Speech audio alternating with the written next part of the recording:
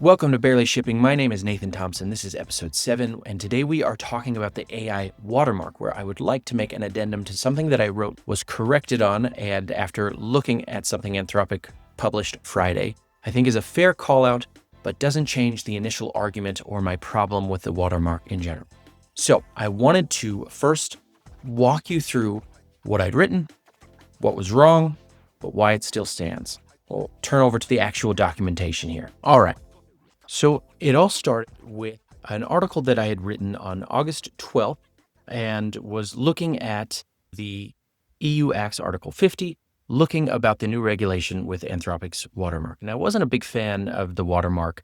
And as an example that I gave, there were two writers.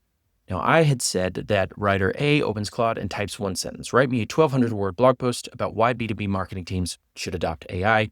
They get an output and they push it through. Writer B spends 2 hours on a piece, their argument, their client story, the numbers of a project they actually ran, the position they'll defend in the comments, and then they paste it in Claude and ask it to catch typos because they always drop the same comma and they know it. And they already pay for the tool, so they got rid of Grammarly, and they use it more as a proofreader. Then I had also put that example here in the LinkedIn post that I used to distribute that newsletter. Now, the reason I had done this, and again, this was published on August 12th, was at that time, I had read this from Claude support. And there were third-party sources about talking how this watermark would work, that it was statistically choosing different words. But I wanted to go with Anthropic's own documentation because nobody has the exact answer yet. And the part that I was seeing here was under limitations. And it said, Claude may not be the original author. People often use Claude to proofread, translate, summarize, or convert files. The output can carry a Claude mark even if the underlying ideas, text, or data originated from another source. And it's this word proofread that I got caught up on in my examples, and wrongly. Once I got this, somebody had mentioned, and a big shout out to those people, that this isn't a fair example at all. That because it is choosing words randomly, and that's how the watermark is embedded in those words in the actual generation layer, then simply proofreading for commas or changing a semicolon or something like that isn't going to leave the watermark. And that is spot on. On August 14th, after I had published this, we got a deeper look by Anthropic's blog on how this works. And so it says proofread, if you have it change something, it would end up not applying that watermark, at least most likely, depending because it needs to insert words into the text in order to carry that watermark. So totally fair. I had a few comments in particular from Michael Viscop, Shane Andrews, and Benedict Evans point out, the first to do so was Michael here, who said that this isn't exactly how it works, that it's choosing statistically less favorable words on generation. And so if you're only using it to edit the tool and grammar without changing the words, it's not going to be applied to the example above. Shane said a similar comment here saying that's not how it works. And Benedict as well made that point too. After looking at it, totally fair. This example is a poor example to have used.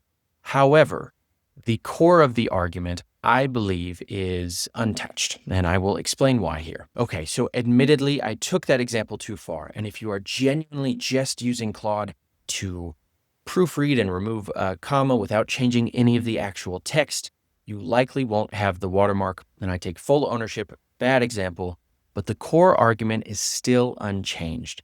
And by that, I mean there are two ways of using AI if you are writing something, whether it's a cold email or a web page or a blog post, any type of output that you are trying to deliver. There are two ways to use it. One, where you do the thinking, you come with the strategy, and you are prompting back and forth to get what you want faster, better, and more efficiently. Or the second way, where you are simply letting Claude take over the thinking, you're letting Claude assume the strategy, and you're just trying to get your work done more quickly. I don't believe that those two should be weighted the same. And as it stands right now, if Claude is touching any of the text, it will be. That is my core argument and my core problem with it. So outside of the proofreading, and again, I was hung up on what I'd read on August 12th, where they said proofreading was still at risk. But as I take a closer look and was corrected by very intelligent people, that is probably not a concern. It is still a concern, though, if you are coming with strategy, you're coming with a transcript where you did all of the thought, you had a great conversation, you asked the questions that pulled the answers from a thought leader, you are getting all of those things from your brain, and you're simply having AI structure those thoughts into a way that is clear, accurate, and helpful. Unfortunately, those do seem to be at risks of getting watermarked just the same as somebody who says, write me a 1,200-word blog post on leadership in marketing. I don't think that's a fair way to watermark AI outputs. What I would love to see is a way to actually watermark the process of the inputs that went in to deliver those outputs. And by that I mean, is there a way that could see the context that you gave to a prompt? Did you give it a transcript? Did you type something out to tell your unique perspective? And did you make it clear and add all of your experience and strategy that would lead into that perspective? And then did you go through some editing rounds with that output so that the published version is slightly different than whatever was delivered to you by Claude? In the same way that someone would write more slowly by pen and paper than they did with a typewriter, than they do now with a computer, to me, it all comes down to the use of the tool rather than to feeling like you got flagged for using the tool itself.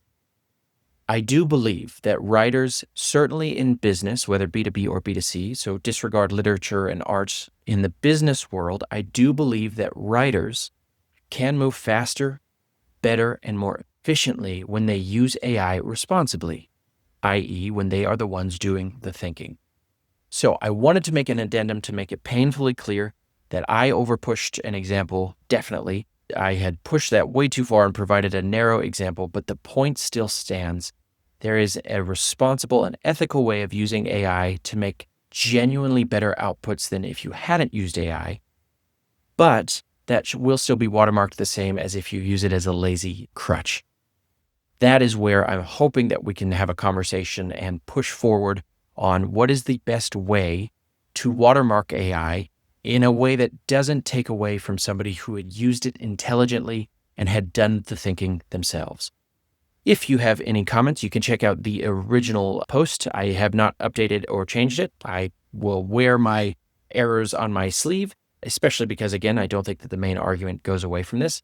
And you can check out some of the comments. Some of them are meaner than others, but I did want to give a shout out again to Michal, Shane, and Benedict, not only for their corrections on that example, but the tact and the generosity that they showed when they made those corrections without doing so in any kind of a mean spirit. And I'm hoping that we can have more conversations like that, ego-free, and in a way that really encourages people to understand this technology, how it will impact their work, and how they can use it better without feeling like they need to be worried about a small invisible watermark sitting throughout their text. Now, if you have any questions, you can find me on LinkedIn, but hopefully this has cleared up that example issue, but also led way for a conversation around the larger argument.